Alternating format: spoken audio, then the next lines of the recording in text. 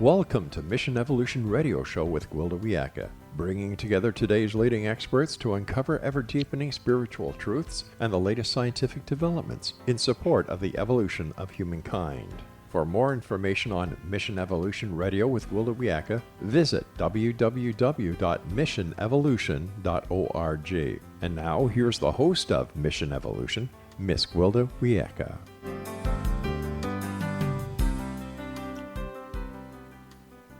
Hello, dear friends. Thank you for joining us on another exciting adventure into future possibilities.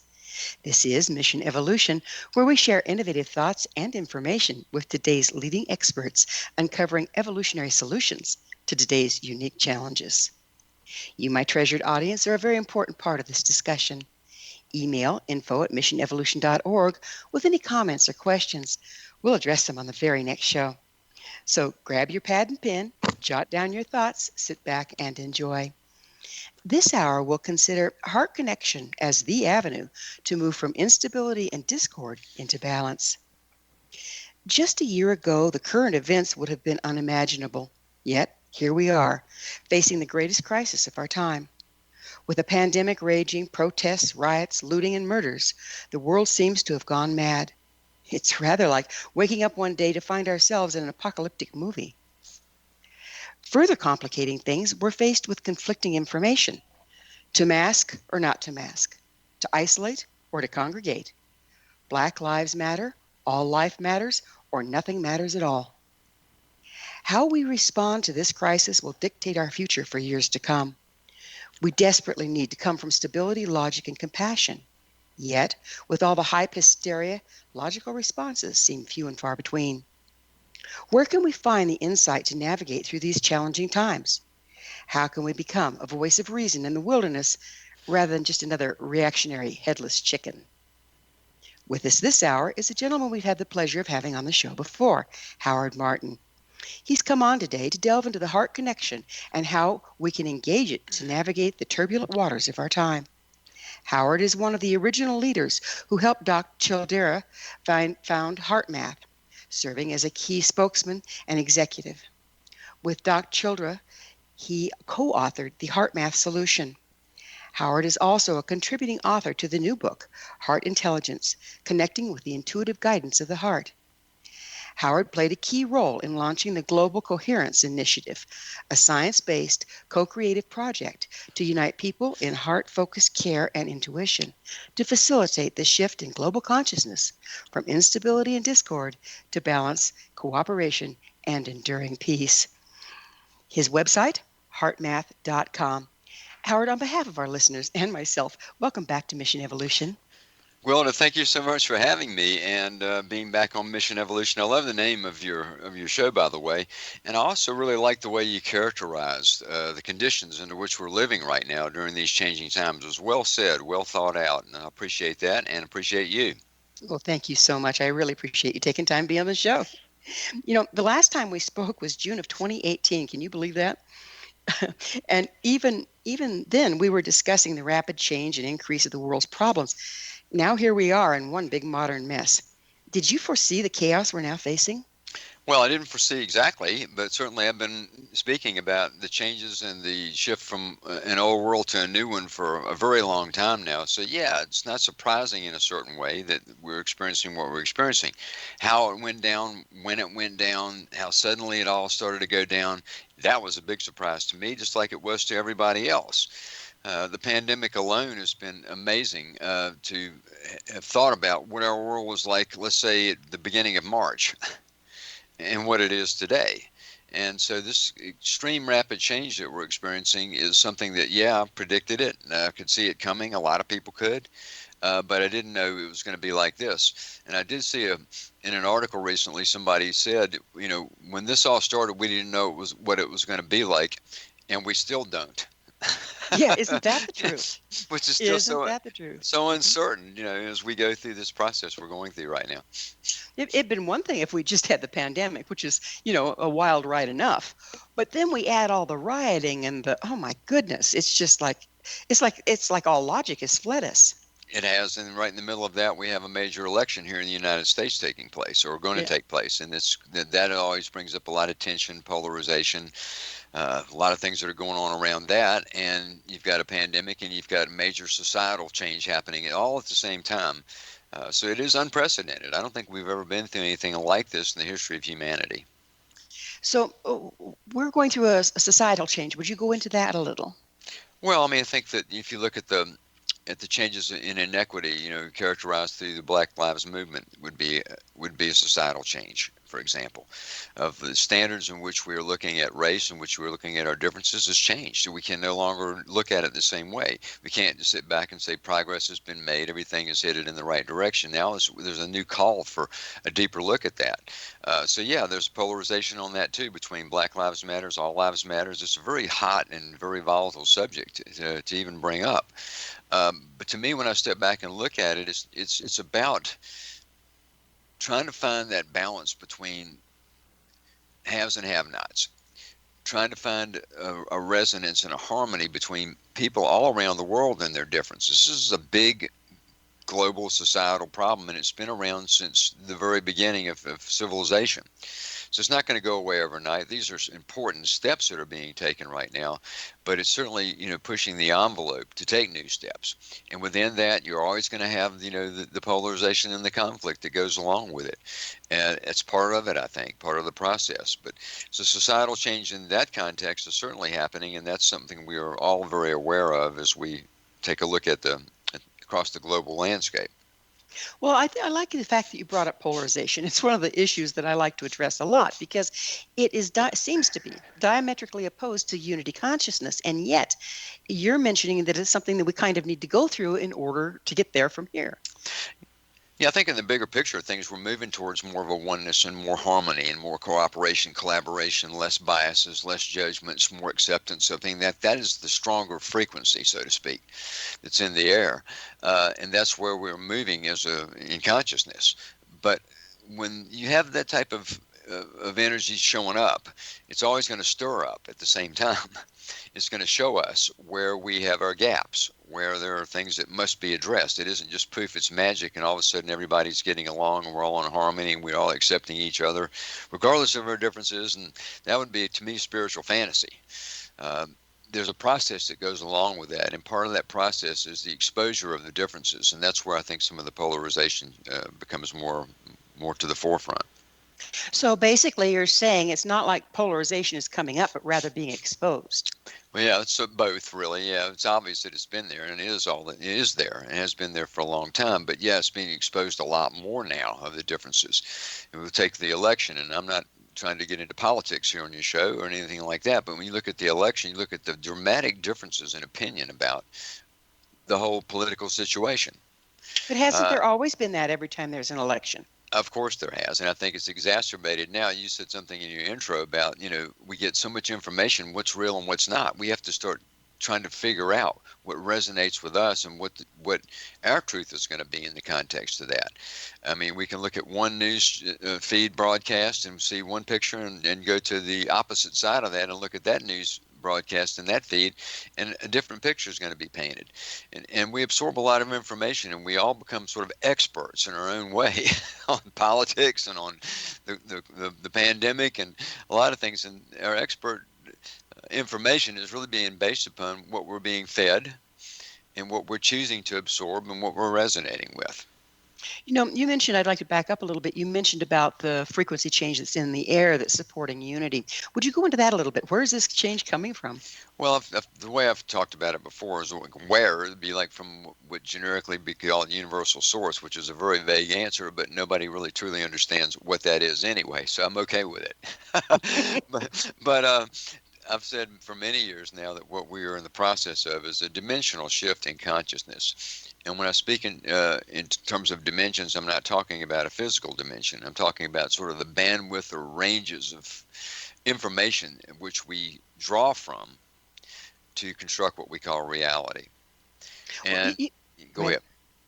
Well, it used to be that, because we were all kind of segregated and there was less population and there wasn't the information highway, that we would buy into the norms and mores of the culture and that would be our reality. But now it seems like all that's crashing. What's happening there?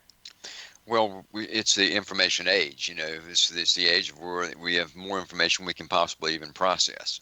Uh, and so what's happening is it's just bringing in lots of new understanding about the third dimension, at least about the third dimensional reality that we're in. But there's a different kind of information coming in. It's more higher dimensional in nature. And it's really coming in terms of the subtleties that go on in our thoughts and our feelings and our perceptions. And many people, probably the people who are listening to our conversation right now, have these inner stirrings inside. They know something's going on. They're being asked to change. They're being motivated to change.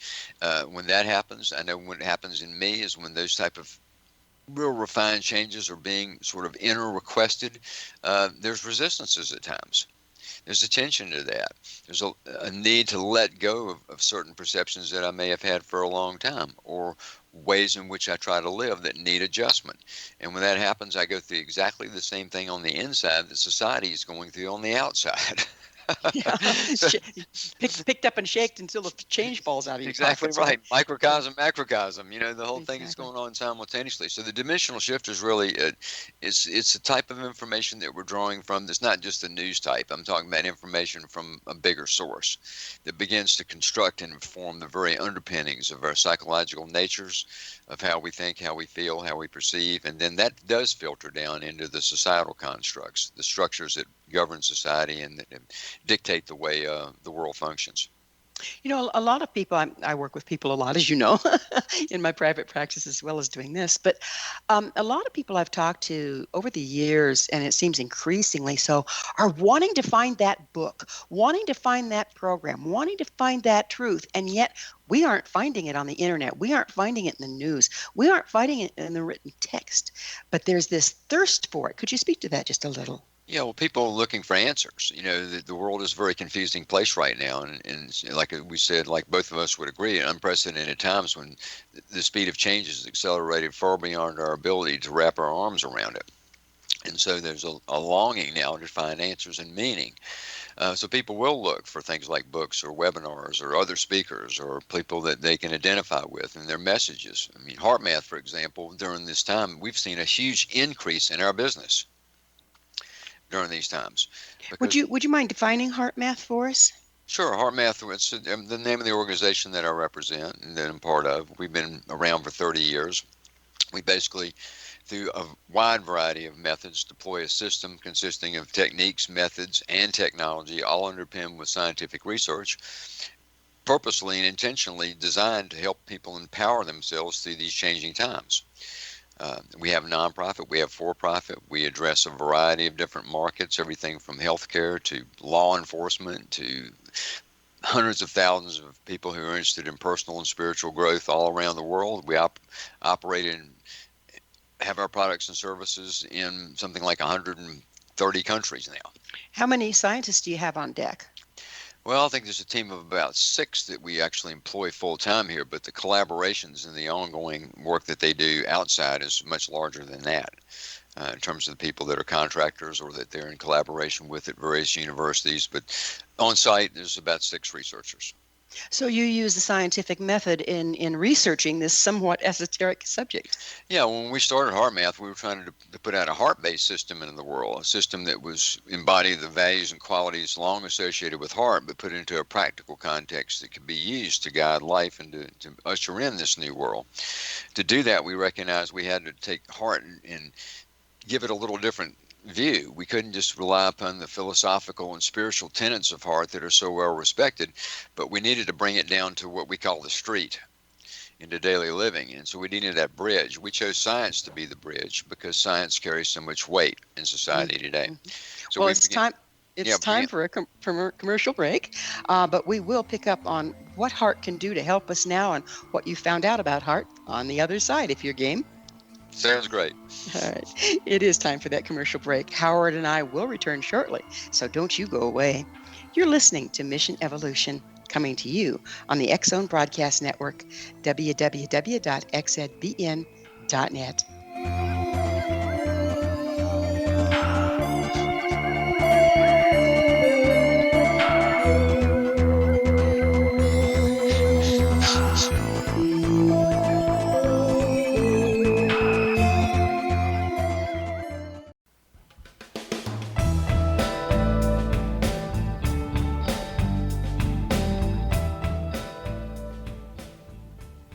Hello again. This is Mission Evolution, missionevolution.org, dedicated to unification and evolution of consciousness.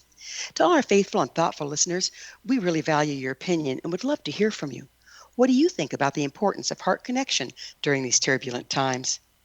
Email me at info@missionevolution.org and give me your thoughts or questions so we can share them on the next show. This in from a member of our audience regarding the episode entitled Lockdown Madness, When All Distractions Fail. TM shares, I absolutely love the tools you and your guests provided to help me and my family move beyond the trauma of lockdown and, should it be necessary, navigate our way through another. Thanks, TM. It was indeed enlightening to uncover how our current lifestyles are no longer serving. Curious, dear audience, visit our archives at missionevolution.org. Listen to the special episode entitled Lockdown Madness, When All Distractions Fail, and let us know what you think. With us this hour discussing the unifying power of the heart is Howard Martin. His website, heartmath.com. So, Howard, we kind of briefly outlined the problem, and then there's more we'll go into on that in a little bit. But your whole organization is trying to bring heart into the equation. What do you mean by heart? Do you mean the beating organ? What do you mean? Well, we mean both the physical, the emotional, and the spiritual heart, all of it. The physical level, our heart's an amazing pump. We know that. We also know through our research and the research we've done with others all around the world for 30 years now that the heart is an information processing center in the body. It's sending information to the brain and throughout the rest of the system, and that information is important. I mean, the brain function, for example, is critically dependent upon information it gets from the heart. So there's ways in which we know all of that, scientifically proven. There's over 400 published research papers, peer-reviewed research papers on heart math now, over 8,000 listings in research literature. So this is all well understood. That's just the physical level. And we learned how to measure it. We have technology people use to improve the heart-brain-body communication. We have things like that. Is that a biofeedback sort of thing? It's like heart biofeedback. It's called the inner balance trainer, and it measures your heart changes in your heart rhythms. It scores them for how coherent they are, which is a medical scientific term of the synchronization within the heart rhythms, and that's something that consumers use, people use. It's used all around the world. It's called Inner Balance Trainer, and that's something we created out of our research, Wilda, so that we could then again take that to the street. You know, like great that what science says, but what do people do with that science? Exactly, and boy, we need some action right about now, don't we? Yeah, so we did it that way. We translated it into an app. There's a sensor that you purchase, and there's an app you download for free, and you get to see all that in real time, and you train yourself to become more coherent. In that context about heart, you're now utilizing the physical qualities of the heart to create changes. Okay, I've got a question for you here. Hopefully you can clear this up for me. Because when we talk about brain, we talk about the front brain where we have love, compassion, logic, and problem solving, and in the back brain where we're in fight or flight, aggression. So the front brain supposedly accesses love. How does that relate to the heart, and how do they interact? Well, the heart is sending signals to the brain, and when your heart rhythms are operating in a more coherent pattern, it opens up those higher perceptual centers in the brain. You can call it front or back, or I'm not so sure if it's front or back, but there's different parts of the brain. And what happens is it begins to act to provide more of the right kind of synchronized energy into those parts of the brain that begins to open the brain up, so you begin to access more of the qualities of like love or care or compassion. Your perception changes. You begin to see things very differently, and that can be looked at from a physical standpoint of the changes that are occurring inside your body that are actually activating those parts of your brain. So that's one way of looking at it. But the key, though, is to be able to self-activate those type of feelings, and that's where the emotional heart comes in. Hard emotions have sometimes been looked at as soft, but I don't see them that way at all, Wild. I see them as very powerful, parts of our consciousness. And they would be.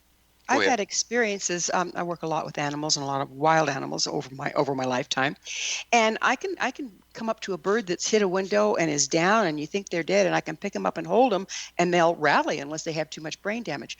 Or I've walked across, run into an animal that saw me and went, human, and they're in fight or flight and getting real aggressive. And I found if I just drop into my heart and just stand there grounded, they'd shift completely. What is translating that information to the animal? Well, for starters, we produce a magnetic field that surrounds us in 360 degrees, produced by the heart. That field is being imprinted with our emotions. For example, if we're feeling frustrated or angry, or that feeling of, that animal might pick up on, they run, right? If we're feeling more of a loving, caring, compassionate, those type of emotions, that field is being imprinted with those emotions, and we're literally broadcasting them through the heart's magnetic field. My belief is, and my observation, is animals have very sensitive uh, relationships to things like energetic fields, and they sense us. I mean, they feel us, and it doesn't mean that every time I walk up on a squirrel, he stands there, but certainly I feel resonance there. And when I come up on animals, and I live in the mountains outside of San Jose, and I have a lot of animals around me, birds and squirrels and deer and all kinds of things, and I don't ever really even try to talk to them. The human voice is not what they respond to. They respond to my energetics. And one of the ways, again, that we are energetically communicating is through the field produced by the heart. How far does that field reach? Well, at the most conservative measurements you can do, done with something called magnetometers, which are very normal, standard science devices used to measure magnetic fields, we can measure it about 3 feet outside the body.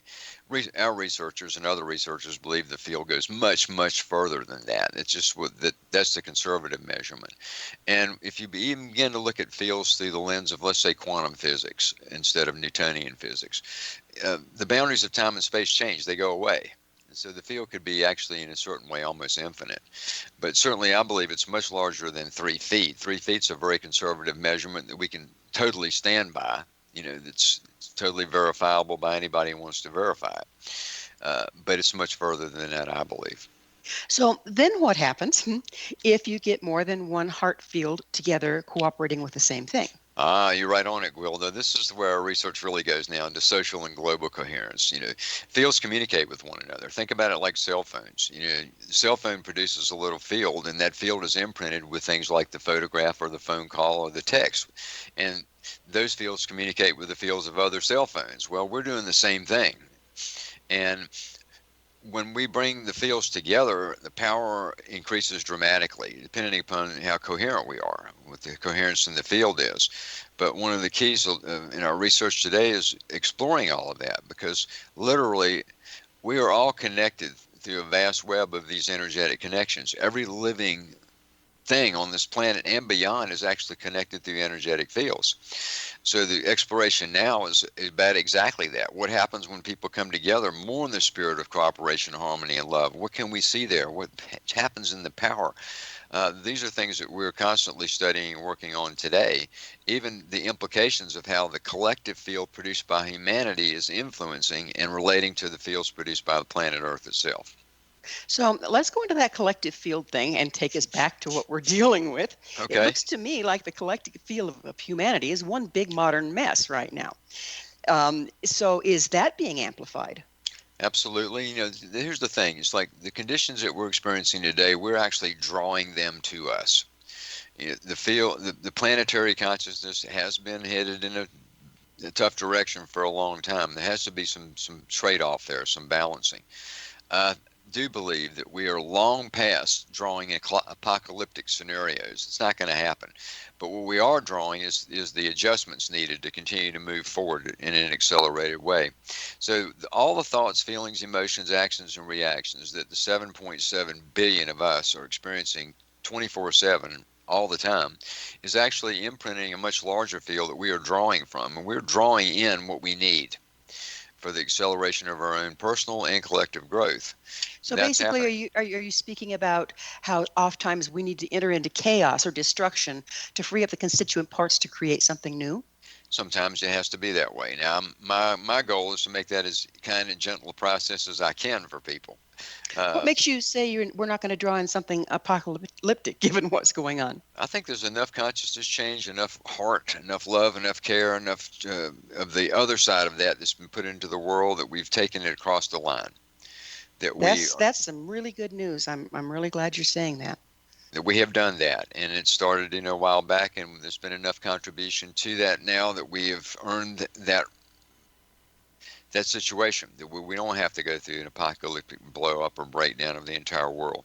Certainly there are things that can be perceived that way, and certainly there's a a lot of human suffering going on, but it's not the end of the world kind of suffering. It's an adjustment that we're going to go through, and I still hold to the belief in my inner vision, and what I sense and feel is that we are in fact headed in the right direction, believe it or not, and that we're going to show up with a different world not too far down the road that's going to be functioning better. It's going to be a new and better world, and we're going to get there. And it's like this is just part of the stepping stone process we have to go through for that to really be real.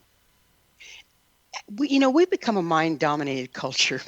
What's the impact of that approach to our inability to accurately perceive and respond responsibly to the challenges that we're facing, and how can we shift that? Well, we need a good mind, obviously, but it's also obvious that the logical, linear approaches to figuring things out aren't working so well right now. So we have to come into different intelligence. I mean, it's the Einstein quote that everybody's probably heard. I won't even get it right, but it's basically you can't solve the problems that you have today at the same level of thinking you were at when you created them. Exactly. And so it's drawing in new intelligence, and we're actually, beginning to access now another bandwidth, so to speak, of intelligent solutions. They're more intuitive in nature. They're not just logical. They show up and they have to be evaluated and assessed, but they come in at super high speed as an inner knowingness that shows up. That's all. That has a lot to do with heart. The heart to me is the entry point within our consciousness for intuition. And it's through the intuitive connections that we begin to see into problems and we see things differently. Let me give you an analogy that may be helpful. And this is something that I said in the newest Heart Math offering, the Heart Math Experience, which is a beautiful course that feels like you're watching a movie that we have. That we're giving it away actually too. I'm not trying to pitch something now, but just saying we decided to give that away during the pandemic. But in there, in the very beginning, I use an analogy where I say that electricity was all around us for thousands and thousands of years, and people knew about electricity, but they really didn't know exactly what it was or what to do with it. Once they figured that out, everything changed, and it changed quick. It changed dramatically. The world we live in today is completely different than the one we had before we had electricity. And it happened very, very quickly, and it dramatically shifted the entire paradigm of how we live our lives. To me, the same thing is happening, and it's about heart. We know about heart. We've talked about heart. It's been written about, talked about, sung about. All of that's been true. But we're coming into a new understanding now of heart, just like we did with electricity, and that the unfoldment of this heart awareness in ourselves will have just as dramatic changes and influence on our lives and on the world itself as electricity did. And that's the new consciousness that we're moving into. That's pretty exciting. We have just about 1 minute or less left in this segment. Basically, what is heart intelligence? And we can pick up on the other side.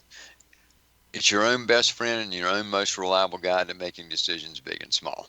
Let's go to break. Well, that was quick, but we aren't quite ready yet. Okay. Well, it's high speed. It's intuitive. It's that place you go to inside when life gets tough and you need answers. It's a source of the emotions that we revere the most, like love, care, compassion, kindness, cooperation.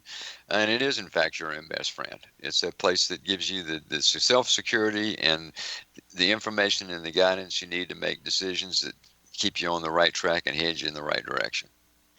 So it's in a heart intelligence is not necessarily heart logic.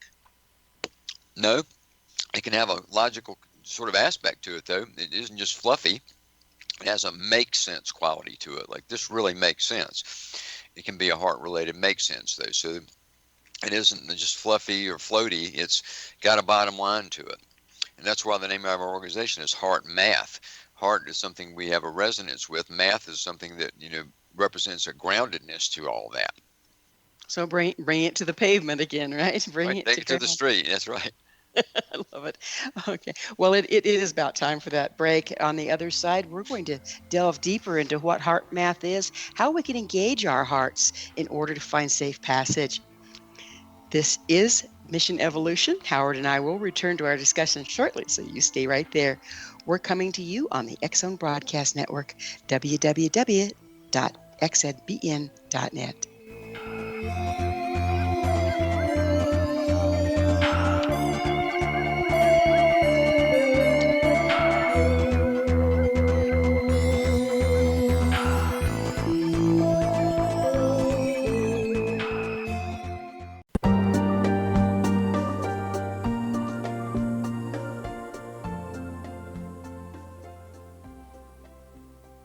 Welcome back. This is Mission Evolution.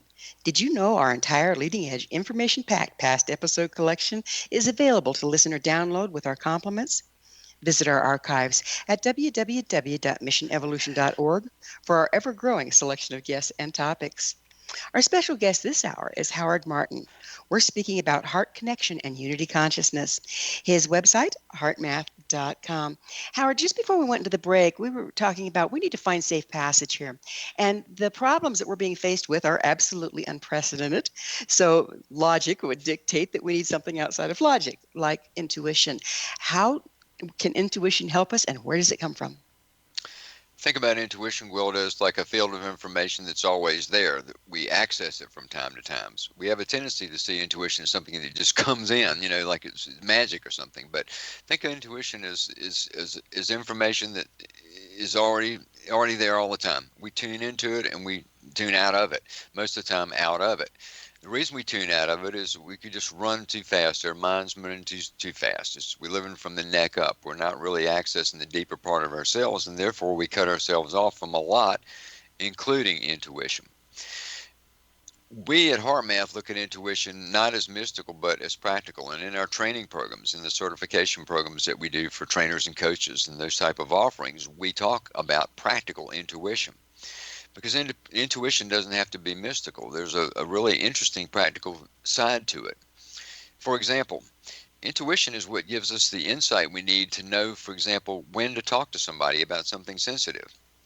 It gives us direction within that conversation about what words to say, the tone that we need to say them in, the way in which we're navigating that sensitive communication. To me, there's an intuitional guide that's happening in there. We're not thinking it all out. It's not just logically doing it. We are following sort of a thread and a flow to try to reach an understanding. Intuition shows up all around us all the time. Another place that I have observed a lot of practical intuition is in parenting. Maybe it's because I'm not a parent, but when I look at parenting and I'm watching a mother or a father trying to communicate with a young child that can't really communicate well yet to try to understand their needs, they're slowing down, they're focusing, they're putting out love, and they're listening very deeply, and they're looking for an intuitive understanding of what that child's needs are. And when I see that happen and when I see that going down, I realize, wow, this is cool. They're accessing an intuitional field to reach an understanding with that child, but they don't see it that way. They see it as just parenting.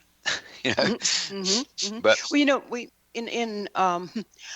we were talking about animals and how if you slow down, drop into your heart, they aren't alarmed by our presence as a rule.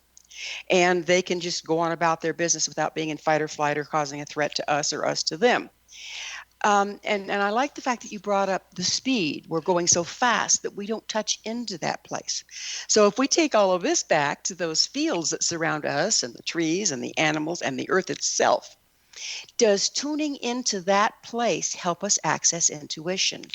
absolutely does. And we got to have compassion for the speed of things that are going on now. Yeah, we all live too fast. And for a lot of people, they're just trying to keep up. They're just trying to get by. They're just trying to survive. And the speed of life itself just sweeps people in and it just takes them on a ride. And it can do the same thing to me. I have a lot of responsibilities. And some of my days are certainly a lot faster than others, and I have to be conscious of that, though. And the difference is being conscious of it. If I get to certain points in my day, Gwilda, where I realize that day's running me and I'm not running it, that's time for a pause. Great. And what do you do in that pause? This is the information we're needing. Well, I don't know. Well, it's time for a break. I'm just kidding. Basically, I practice simple heart math techniques. And one of those I'll share just the basic steps with everybody listening now is you just focus your attention in the area in the center of your chest, right where your heart is. And, sort of the center of the chest. You can put your hand there if you want to. And then you breathe naturally and normally, but in a comfortable rhythm, but a little deeper than you normally would. And as you're breathing that way, you want to imagine as if the breath is flowing in and out through the heart.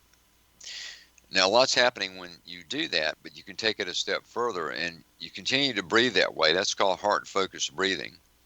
And as you breathe that way, you begin to make an attempt to feel or activate a regenerative, uplifting emotion. And that can be hard for a lot of people, but there are kind of easy ways to do it too. Maybe you feel the feeling of appreciation for the good things in your life. no matter how tough it is, there's always something in someone's life that they can appreciate. And tag into that feeling of appreciation for something. Often people can feel the love or the care they have for someone or some place. It could be a person, could be a special place they go. I know you're involved with animals, Wilda, and one of the best ways to trigger those heart feelings is to think about your pet, about the pet that you love so much that has that unconditional love for you. And so you activate this heart feeling and you continue to do heart focused breathing. Now that can be done in a minute. That can be done with eyes open. That can be done with eyes closed. You can do it for longer periods of time than a minute. You can do it for an hour if you want to. But making those efforts to keep touching base with my heart's intelligence during the course of the day allows me to have a better shot at running my day than having the day run me. So it's like a reset. So reset. So reset back to the heart. And other things that I practice, I mean, I wake up in the morning and before my eyes are even open, I'm already conscious of trying to get down into my heart. I'm already conscious of trying to be putting out love before I'm even out of the bed. And then as the day goes on, sure, that erodes some. I go through the things that people go through. I go through disappointments. I go through upset. I go through having my vanity structures, trigger. I can go through any of that stuff, but it's how quick I come back is the most important. So it's almost like if a bunch of us do it, it's almost like circular breathing, they call it. When you're doing chanting, everybody takes a turn taking a breath, but the chant continues. If we can all become more vigilant about reaccessing our heart, doesn't that hold a more steady tone? Absolutely, and that's one of the keys to creating the collective field environment that begins to usher in the new. That type of approach and that type of inner work done collectively is what is making this process we're going through as gentle as it can be. In other words, as bad as it looks, it could be a lot worse. It's because of the collective heart, collective care, whether people want to call it heart or not, but those type of qualities and values, it's because of that collective energetic contribution that people are making moment to moment, day to day, that we're going through it in the way that we're going through it. Because again, it could be tougher than it is, even though it is very tough for so many people. Well, as I listen to you, it sounds like you're trying to get back to something that we used to have. I mean, if you hold a drum circle, and drum circles, drumming for the tribe, bringing people together through rhythm, has been around in every continent since the beginning of time. And actually, we've done experiments where you hold a drum circle, and before you start, you take everybody's heart rate, and they're all doing their own thing. Within 10 minutes after starting a drum circle, the hearts are synchronized unless somebody's on a pacemaker. Now, that is consistent every time we test it. Mm-hmm. So this is old concepts. How did we get away from them? Well, let me first address the old concept thing. I have great respect for everything that's been done, for all the traditions, for the spiritual work that's unfolded over thousands of years that we've built upon as we've gone. And I have respect for those at this very moment today. I would also say that we are in a time period where everything we've already known is taking a turn on the spiral. So there's new in the old. I love that. It's not just returning to the old. It's like taking the old up the turn on the spiral. So something like drum circles, things like that, however people get there, I'm a proponent of anything that takes people deeper within. So whatever traditions, rituals that work for someone, that give them that connection to their heart, they should continue to do those things. I would also suggest that look for the new in all of it, because we are moving up the spiral now. We are shifting dimension. So everything we've known before is changing. It's taking on new understanding and new light. It's not. I'm not relying upon the past to build my future. I'm really looking towards the moment and looking towards the future, more of where things can go rather than looking backwards in my growth in my life, while respecting everything that I've done and all the different practices that I've used along the way. Well, that sounds very much like the growth of a tree. If it totally focuses on its roots and strives to stay there, it'll never reach the heavens. And at the same time, it'll fall over if it doesn't maintain its roots. So our roots being the old ways, the spiral is the growth, is it not? That's right. So it's about that balance, right? It's and again, the challenge that sometimes we face is when these new energetics are showing up in the world and in our lives, we tend to want to hang on to the old, and when that old gets threatened, we get threatened. But isn't it our concept of the old? It's our concept of the old. That's right. So, and again, most of us don't like highly accelerated growth. We say we do, but there's a loss of control feeling that goes into that, or a loss of the familiar. And I think in these times now, we need to be more adventurous. Yeah, hyper process comes to mind. Let's go. We need to be adventurous. Let's find out what's on the other side of this pandemic and this social stuff and the elections and all that. Let's take a look down the road a little bit. And I think that we are recreating the new world that we want to see as we deal with this. In But other words, how we are dealing focus with it. as we focus on this, doesn't it immediately hit up against all our restrictions and we have to process out our sacred cows that are no longer serving? That's correct. Exactly right. Well said. We have to process out the sacred cows that are no longer serving. And that can be hard because people like their sacred cows. And we're familiar with some of them. If they're not serving, then you need to let it go. And that's the tough part sometimes, is learn to let go, especially of mindsets and perceptions that you have about this is the way it really is. This is my truth. This is that. This is this. I have to challenge myself all the time on what my truth is. Truth fluctuates. It changes. It flows. It And does I that can't. evolution thing with the spiral, doesn't it? It does. And so, you know, we can make this a smooth process or a hard process. And that's up to our choices and how we want to approach it. I like the fact that we were delving into a little bit that it's not so much the truth, it's not so much the old ways or the new ways, but rather our concept of them. How can we free ourselves up enough to embrace a more expansive concept of all these things? Well, I think it has a lot to do going back to heart. When we go to heart, it is that source of self-security, and it does provide more of an intuitive intelligence. Think about it like AM radio and FM radio. AM radio I listen to for the sports, the weather, the traffic, and general news. FM radio I listen to for music, for NPR, for things like that, And so we need both. And the way you access more of this, the type of information that we need now to move through the times is like at least giving the heart a chance. To get that second opinion, to go in and say, look, there's got to be some other viewpoints and angles on this. Don't stay locked into just what the term that we have here at HeartMath is know what you know. I'm going to know what I know. This is the way that it is, Will. Or this is exactly, I've determined this already. I've researched it. I've looked at it. And you've got this whole support system around something that you think is exactly the way it is. And if I don't challenge that at times, then I'm not going to grow. It doesn't mean that after I challenge it that I don't come to the same conclusion, but it's the desire to challenge that's most important. How much is our, again, perception and our reality impacted by the collective field? It's definitely impacted by the collective field. That's how we sort of have influence of one another. There's a collective consciousness that we all live in, that we all draw from. Part of the new that we're coming into, though, is to recognize that even with those influences, we have the ability to self-empower and co-create within that more than we realize.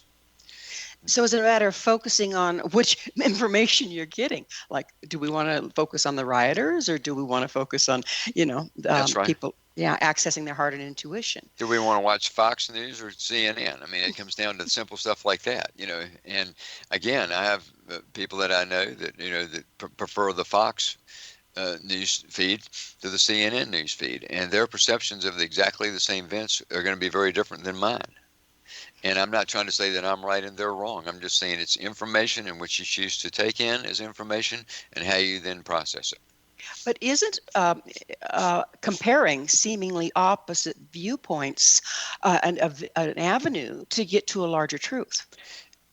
Yes, it is. And I think that one of the keys to that is as you begin to observe those differences, can you observe them and not go into judgment?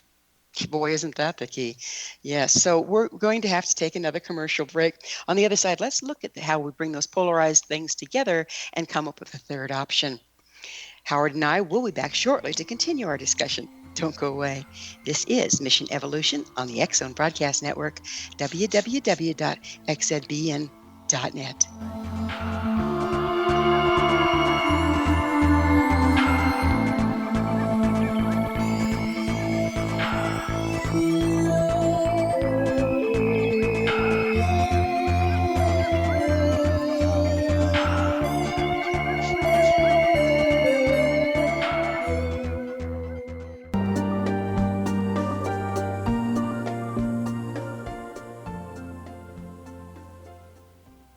Welcome back. This is Mission Evolution, bringing together gifted people of service to the world. I love to hear from our audience. Your thoughts are very important to me. To suggest a topic or guest that you think would be of interest, email us info@missionevolution.org. This hour, we're sharing thoughts with Howard Martin. Howard is a contributing author to the book, Heart Intelligence, Connecting with the Intuitive Guidance of the Heart. His website, heartmath.com.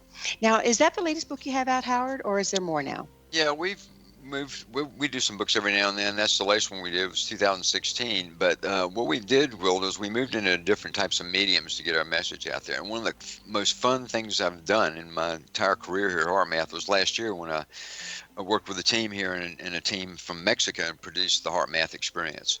So it's a learning program. But when we put it together, we recognize we don't want to create another course. What we want to create is an experience.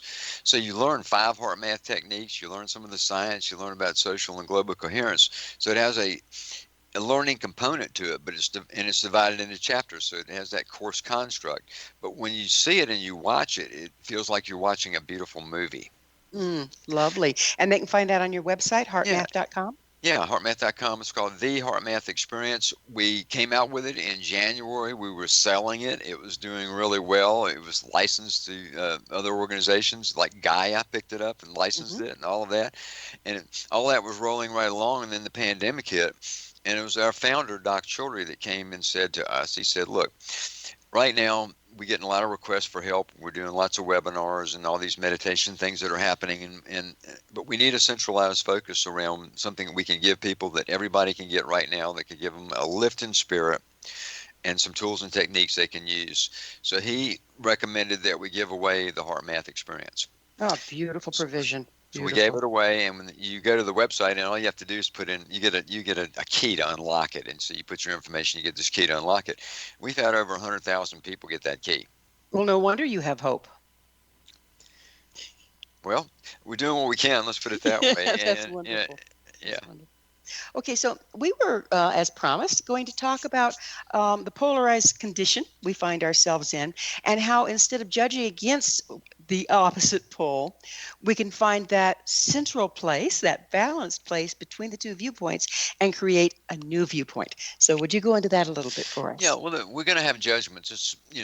Judgments are just built in a certain way in a consciousness, but we can learn to regulate those judgments a bit more and have a bit more, what I would say, compassionate latitude for things. And one place compassionate latitude can get us to is a position of what I would call neutral. Neutral is a place where you don't know everything, so you're just not yet deciding about something. And so you can be a bit more neutral, and that takes some of the energy and the sting out of the judgments. I was thinking about something this morning. I was thinking about the polarization that's happening between people who are willing to wear a mask and people who aren't. Yeah, that's a big mess, isn't it? I read about some guy who got shot because, a guy came in the store and killed him, because they got in an argument over a mask. And I was thinking, well, I believe that people should wear a mask. I think it's important right now for helping with the pandemic. But there are a lot of people that don't believe that you should. But everybody has a reason. They feel like they're coming from the place that makes sense to them. The neutral on that would be if I sat down with a bunch of people that decided they really were against masks and they won't want to wear them, wouldn't it be interesting for me to really try to understand why they feel that way? That's different than from me saying they're stupid. Right. Or they're not contributing to society. They're not doing this and they're not doing that. And that energy of judgment in there. The neutral would be, I don't know why they think that way. I don't agree with it. I don't have to agree with it. I don't think it's the right thing to do, but I don't have to have this big judgment sting that goes with it of they're doing the wrong thing because I don't really know why they think that way. Exactly. And then when you're able to come into that neutral place, it gives them a little wiggle room too, doesn't it? It certainly does. And we all need to learn to get along. We need to give each other more allowance. And very fundamentally, the simplest way I could say what the world is trying to achieve right now is simply we're trying to get along better. And that's part of the new, that takes dimensional shift and all that grandiose sounding part of this and puts it into a very, very pragmatic little nugget. We're trying to learn to get along. And it's so practical when you look at it that way. It's like clearly, holding to our viewpoint to the exclusion of everybody else's is not serving. It's what's created this big mess out there where people are hurting people. And I don't think it's any of our intention to do that. No, it's not. And everybody feels like, most people feel like they're trying to do the right thing. And those right things can be different. I mean, you can run into it in macrocosm, microcosms. You can run into it in the business that you're in or whatever, where you have differences of opinion about a business process or procedure or a strategic initiative. And if you look at it, you can be like, your opinion can be completely different, but you have to allow for why the other person may feel that way. And they may feel as if they're doing the best thing for the company, so to speak. So it When we're shows met up with front and center. resistance, when we're met with resistance like that, somebody that's dead set against whatever our viewpoint is, doesn't it tend to bring up fear? Fear throws us into polarization and out of the heart. Yeah, absolutely. And that's the emotional triggers that happen. And they're going to be, again, a part of life. But we can return to this other place inside that has more poise and more dignity in it. And we can get back there. You're going to feel the fire of the reaction. That's normal. And you're going to feel your emotions rev up and get pumped up, and you'll feel that. But you can take it down a notch or two, and then not too long after that, and find another place inside yourself to where you realize, that's not quite you. There's another more dignified, noble part of yourself that you operate from, and try to return to that place inside and then address the situation. It doesn't mean that the situation does not have to be addressed, but you're coming at it from a different place. Would you mind taking just a minute or two and walk us through that process? Boom, I'm triggered. Okay. Boom, I'm triggered. Boom, I'm having the reaction. Boom, I'm ready to lash out. Boom, I'm ready to defend. Boom, I'm ready to to reinforce my point. But I decide not to, and I decide that no, right now I'm not going to do that. And that's your first big self-empowering step right there, is to say, breathe, back off, ease it down a little bit, and then you move back from the situation. As you move back, what's going to happen is your mind's going to continue to try to churn that thing. It's going to slice and dice every angle of it to make yourself right. And you're even going to go talk to people about this thing that just happened, and you're going to try to explain to them why you're right, and you're even going to pick people that are going to resonate with your point, so they will tell you that you're right. Good old campaigning sets in. Mm-hmm. So you'll go through that whole process, and after a while, you'll just have your brain will finally just start to churn that thing so many different ways that it runs out of gas. And when it finally starts to wear down, then the signal comes in where your heart says, "Hey, wait a minute, I've been here all along. Can we have a little conversation?" And you begin to take a little different, more, let's put it, neutral or wider angle view of what just happened and all that. And a lot of times what'll happen is you'll come right back down, and after a while you get to the point where you realize your own part in that play, and you may even go back and apologize, or at least try to work it out. And that's getting along. So when we go into that triggered place, what happens to our field? It gets distorted. It throws out all kinds of incoherent, we call it incoherent spectra. It's the frequencies in that field are very chaotic and disordered.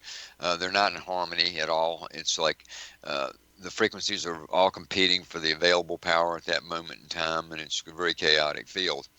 But let me go back to the analogy a second there, if I may, Gwilda, and say that that whole process I just described can be shortened.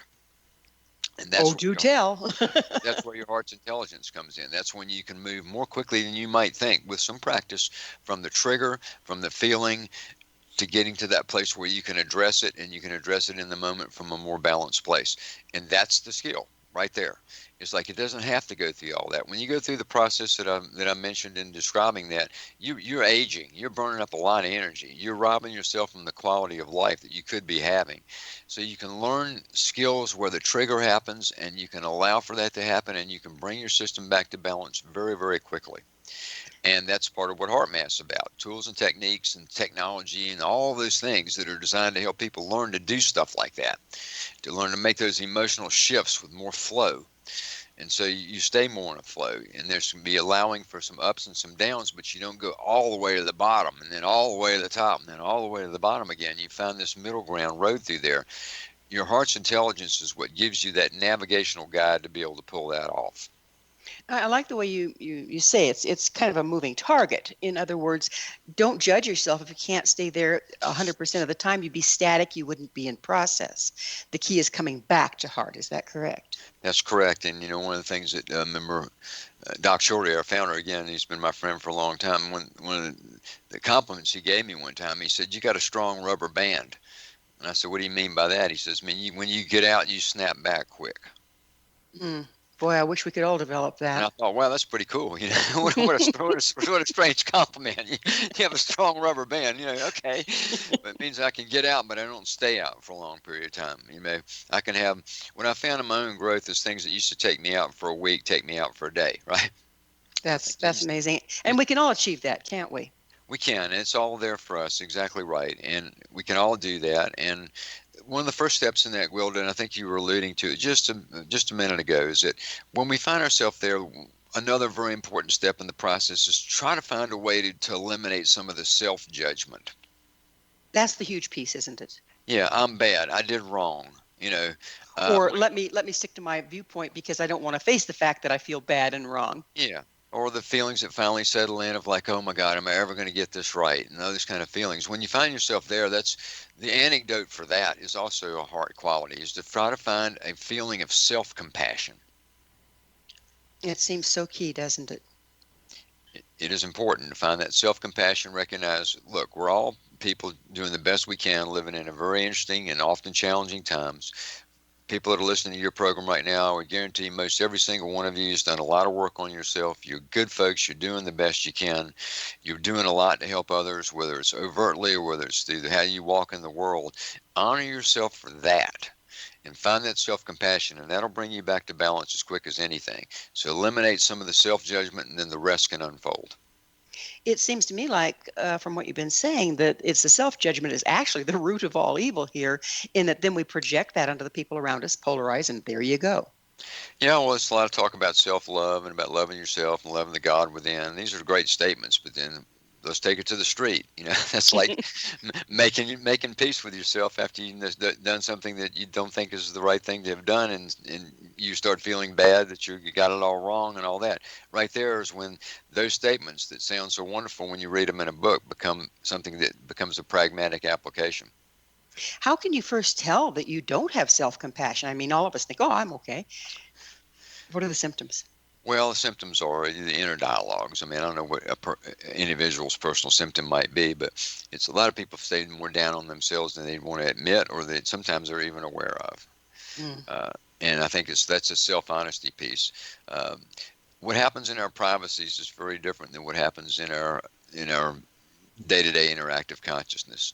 It's the inner thoughts that we have about ourselves, that we're not good enough, or we compare with others, that we're not as smart as them, or we're not as good looking as them, or we're not as rich as them. And all these things are forms of self-judgment, actually, Yes, of and it's so non-acceptance damaging. of ourselves. They're non-accepting thoughts and feelings, and they're self-defeating in many ways. And we're going to have them, but we can begin to reduce them. We can play fun games with ourselves. I play humor games with myself all the time. Just like when I turned 70, I looked in the mirror and I said, it's amazing. I finally gotten to this point in my life when I have to go ahead and accept the fact that, it's hard to believe I've gotten so good looking in only 70 years. Well, unfortunately, I hope you get better looking in the next 70, but So you flip it around, you turn it into humor. We are out of time, though, unfortunately.